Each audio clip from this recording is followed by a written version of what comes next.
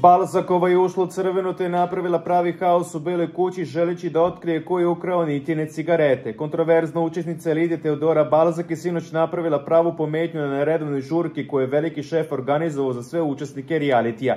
Iako je utorak poznat kao dan za opuštanje, izlazak i svakodnevnih tenzija, ovoga puta je sve krenulo nizbrdo zbog ponašanja bivše robijašice. Naime, Teodora je bila u nameri da otkrije ko je ukrao cigareta Nidi Stanojlović te je pohodila kroz celu kuću izražavajući pretnje vređajući druge učesnike. Svoje nezadovoljstvo pokazali čak i fizički sukobljavajući se sa Nikolom Jovanovićem, nazivajući ga pogrdnim imenima i preteći da će ga gađati flašom.